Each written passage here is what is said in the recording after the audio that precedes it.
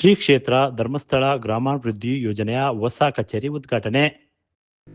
ಪಟ್ಟಣದಲ್ಲಿ ಗುರುವಾರ ಹೊಸ ಕಚೇರಿ ಉದ್ಘಾಟನೆ.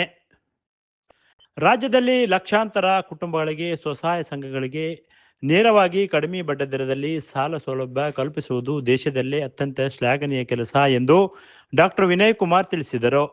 ಮೊಳಕಾಲ್ಮೂರು ತಾಲೂಕು ಶ್ರೀ ಕ್ಷೇತ್ರ ಧರ್ಮಸ್ಥಳ ಗ್ರಾಮಾಭಿವೃದ್ಧಿ ಯೋಜನೆಯ ಸ್ಥಳಾಂತರಗೊಂಡ ಹೊಸ ಕಚೇರಿ ಉದ್ಘಾಟನೆ ಮಾಡಿ ಅವರು ಮಾತನಾಡಿದರು. ಪೂಜ್ಯ ಡಾಕ್ಟರ್ ವೀರೇಂದ್ರ ಹೆಗ್ಗಡೆಯವರು ಸಮಾಜಮುಖಿ ಕಾರ್ಯದಿಂದ ತಾಲೂಕಿನಲ್ಲಿ ಎಲ್ಲ ಬಡವರಿಗೆ ಅನುಕೂಲವಾಗಲಿ ಎಂದು ಜನಪರ ಕಾರ್ಯಕ್ರಮಗಳನ್ನು ಜಾರಿಗೆ ತಂದು ಜನಗಳಿಗೆ ಅನುಕೂಲವಾಗುವಂತೆ ಮಾಡಿದ್ದಾರೆ ಎಂದರು. ಕಾರ್ಯಕ್ರಮದಲ್ಲಿ ಜಿಲ್ಲಾ ನಿರ್ದೇಶಕರಾದ ಪ್ರವೀಣ್ ಕುಮಾರ್ ಮಾತನಾಡಿ, ಪ್ರಾಸ್ತಾವಿಕವಾಗಿ ಯೋಜನೆಗಳನ್ನು ಫಲಾನುಭವಿಗಳ ಕುರಿತು ಡಾಕ್ಟರ್ ವೀರೇಂದ್ರ ಹೆಗ್ಗಡೆಯವರು ದೂರದೃಷ್ಟಿ, ಕನಸು, ಕಾಳಜಿ ಹಾಗೂ ಈ ಯೋಜನೆ ನಡೆದು ಬಂದ ಹಾದಿಯನ್ನು ಸವಿಸ್ತಾರವಾಗಿ ಮಾಹಿತಿಯನ್ನು ಹಂಚಿಕೊಂಡರು. ಬಡವರಿಗೆ, ನಿರ್ಗತಿಕರಿಗೆ ಸಹಾಯ ಮಾಡುವುದೇ ಮುಖ್ಯ ಉದ್ದೇಶವಾಗಿದೆ ಎಂದು ಈ ವೇಳೆ ತಿಳಿಸಿದರು.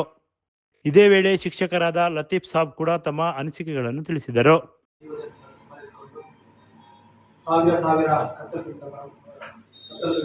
ಬಡವರಿಗೆ ಹೊಸ ಬದುಕನ್ನು ಕೊಟ್ಟಂತ ಪೂಜ್ಯರು ಮತ್ತು ಅಮ್ಮನವರ ಆಶೀರ್ವಾದ ಬೇಡಿಕೊಂಡು ಜಗಳೂರು ಜಿಲ್ಲೆಗೆ ಸಂಬಂಧಪಟ್ಟಂತ ಮೊಳಕಾಲ್ಮೂರು ತಾಲೂಕಿನಲ್ಲಿ ವಿಶೇಷವಾಗಿ ಈ ತಾಲೂಕೊಂದು ಯೋಜನಾ ಕಚೇರಿಯ ಪ್ರಾರಂಭೋತ್ಸವದ ಒಂದು ಶುಭ ಸಂದರ್ಭದಲ್ಲಿದ್ದೀವಿ. ಈ ಒಂದು ಪವಿತ್ರವಾದ ಕಾರ್ಯಕ್ರಮದಲ್ಲಿ ಈ ಕಟ್ಟಡದ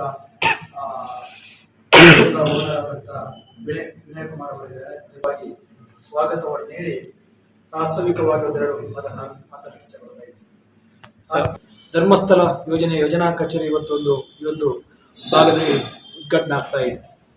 ನಮಗೆಲ್ಲ ಗೊತ್ತಿದೆ, ಧರ್ಮಸ್ಥಳ ಅನ್ನುವಂಥದ್ದು ದಾನ ಪರಂಪರೆಗೆ ಪವಿತ್ರವಾದ ಕ್ಷೇತ್ರ. ಕಳೆದ 800 ವರ್ಷಗಳ ಇತಿಹಾಸ ಇರತಕ್ಕಂಥ ಪುಣ್ಯ ಕ್ಷೇತ್ರದಲ್ಲಿ ಇವತ್ತು ಅನೇಕ ಸಮಾಜದ ಕಟ್ಟಕಡೆಯ ಬಡವರಿಗೆ ಹೊಸ ಬದುಕನ್ನು ಮತ್ತು ಬದುಕುವ ದಾರಿಯನ್ನು ಕೊಟ್ಟಂಥ ಒಂದು ವಿಶೇಷವಾದ ಪುಣ್ಯ ಕ್ಷೇತ್ರ. ಇವತ್ತು ದಾನ ಪರಂಪರೆ ಅಂದರೆ ಅನ್ನದಾನ, ಅಭಯದಾನ, ವಸ್ತ್ರದಾನ, ವಿದ್ಯಾದಾನ ಇಂಥ ಪವಿತ್ರವಾದ ದಾನಗಳು ಇವತ್ತು ನಮ್ಮ ಕ್ಷೇತ್ರಕ್ಕೆ ಅಥವಾ ನಮ್ಮ ರಾಜ್ಯಕ್ಕೆ ಬಹಳ ಒಳ್ಳೆಯ ರೀತಿಯಲ್ಲಿ ಮತ್ತು ರಾಜ್ಯದ ಇತರ ಜಿಲ್ಲೆಗೂ ಸಿಗ್ತಾ ಇದೆ.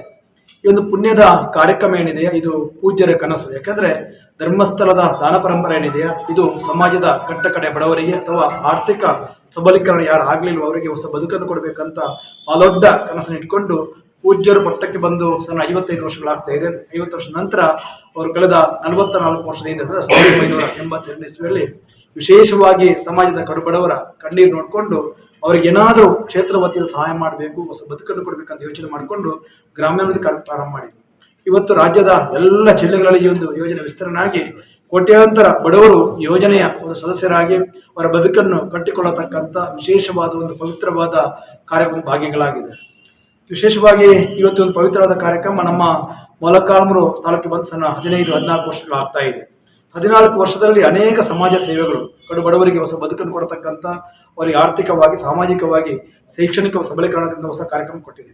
ಎಷ್ಟೋ ಸಮಾಜಕ್ಕೆ ಪೂರಕವಾದ, ಸಮುದಾಯಕ್ಕೆ ಪೂರಕವಾದ ಕಾರ್ಯಕ್ರಮ ದೇವಸ್ಥಾನದಿಂದ ಆಗಿರ್ಬೋದು ಅಥವಾ ಇತರ ಅನೇಕ ಕಾರ್ಯಕ್ರಮಗಳು ಪೂಜ್ಯರು ಕೊಟ್ಟಿದ್ದಾರೆ. ಅವರ ಒಂದೇ ಕನಸು, ಸಮಾಜದಲ್ಲಿ ಯಾರು ಬಡವರಿದ್ದಾರ, ಯಾರು ಕಷ್ಟ ಅಂತ ಹೇಳ್ತಾರ, ಯಾರು ಕಣ್ಣೀರಾಗ್ತಾರ, ಯಾರು ಸಬಲೀಕರಣ ಆಗಲಿಲ್ಲ ಅವರಿಗೆ ಹೊಸ ಬದುಕನ್ನು ಕೊಡಬೇಕು, ಬದುಕನ್ನು ಕಟ್ಕೊಳ್ಳಿಕ್ಕೆ ಪ್ರೇರಣೆ ಕೊಡಬೇಕಂತಕ್ಕಂಥ ಕಾರ್ಯಕ್ರಮ ಹಾಕೊಂಡು ಇವತ್ತು ಈ ಒಂದು ತಾಲೂಕು 14 ವರ್ಷ ಆದರೂ ಕೂಡ ಒಂದು ಒಳ್ಳೆಯ ಯೋಜನಾ ಕಚೇರಿ ಮಾಡಬೇಕಂತ ಕನಸಿತ್ತು. ಆದರೆ ಧರ್ಮಸ್ಥಳ ಗ್ರಾಮೀಣಾಭಿವೃದ್ಧಿ ಯೋಜನೆಯ ಒಂದು ನೂತನ ಕಚೇರಿಯ ಒಂದು ಉದ್ಘಾಟನೆಗೆ ಇವತ್ತು ವಿಶೇಷವಾಗಿ ಈ ಒಂದು ಕಟ್ಟಡದ ಮಾಲೀಕರಾಗಿರ್ತಕ್ಕಂತಹ ಶ್ರೀಯುತ ಈಗಾಗಲೇ ಪ್ರಾಸ್ತಾವಿಕವಾಗಿ ನಮಗೆ ನಮ್ಮ ಜಿಲ್ಲಾ ನಿರ್ದೇಶಕರು ಹೇಳಿದರು ಕೂಡ, ಸಂಕ್ಷಿಪ್ತವಾಗಿ ನಮ್ಮ ಬೋರಣ್ಣವರು ಕೂಡ ಹೇಳಿದರು.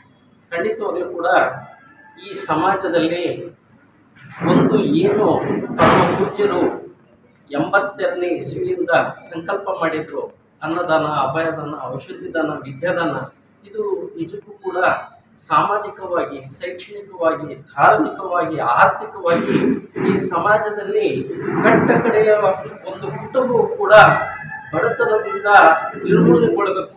ಅವರು ಒಂದು ಸ್ವಾಸ್ಥ್ಯ ಸಮಾಜದಲ್ಲಿ ಅವರು ಕೂಡ ನಿಜಕ್ಕೂ ಕೂಡ ಒಂದು ಈ ಸಮಾಜದಲ್ಲಿ ಇರುವಂತಹ ದಿವಸಗಳಲ್ಲಿ ಅವರು ಸುಖಕರ ಜೀವನವನ್ನು ನಡೆಸಿ ಅವರು ಈ 11-12ರಲ್ಲಿ ಪ್ರವೇಶ ಆಯಿತು. 13ರಿಂದ ಕಾರ್ಯಪ್ರವೃತ್ತಿ ಆಯಿತು. ಇವತ್ತು ಹಳೆ ಆಫೀಸನ್ನು ನಾವು ಕಾರಣಾಂತರಗಳಿಂದ ಅದನ್ನು ಬಿಟ್ಟು ಹೊಸ ಆಫೀಸನ್ನು ಇವತ್ತು ಒಳ್ಳೆ ದಿವಸ ಇವತ್ತು. ಶುಭ ದಿನದಲ್ಲಿ ಇವತ್ತು ಉದ್ಘಾಟನೆ ಮಾಡಿ ದೀಪ ಬೆಳೆಸುವಂಥ ಕಾರ್ಯಕ್ರಮಕ್ಕೆ ಮೊದಲನೇದಾಗಿ ನಮ್ಮ ಮನೆ ಓನರು ವೃತ್ತಿಯಲ್ಲಿ ಡಾಕ್ಟರ್ ಅದು ಕೂಡ ತುಂಬ ಪರಿಚಿತರು ಮತ್ತು ಎಲ್ಲ ಸಾರ್ವಜನಿಕರು ಕೂಡ ಬಹಳಷ್ಟು ಸೇವೆ ಕೊಡುವಂಥವ್ರು ಅಂತ ಹೇಳೋದಕ್ಕೆ.